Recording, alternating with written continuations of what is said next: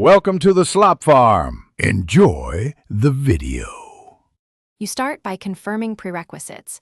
You need a high-level party and the specific fusion materials.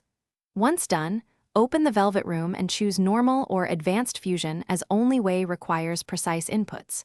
Make sure to check each material persona's skills so you don't overwrite a needed passive. Fuse immediately after confirming costs to lock results. This reduces risk of missing unique skills.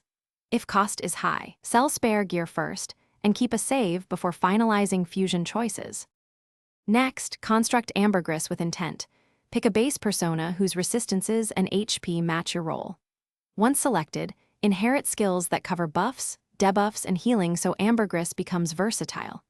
Make sure to prioritize the only way exclusive skill as primary. If inheritance will override it, use a skill card or accessory to reapply that move afterward. Balance SB costs and cooldowns, and double-check passive traits. They make a big difference in sustain and matchup control during. Finally, equip Ambergris and configure tactics for either manual play or AI.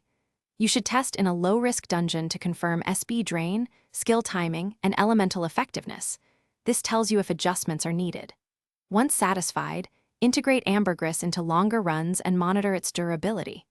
If something goes wrong skill set, poor resistances, or an unwanted overwrite, load the save you made before fusing, reassign skills, or perform a targeted refusion, and use skill cards to repair gaps quickly. Thanks for watching. Consider subscribing if we helped you today.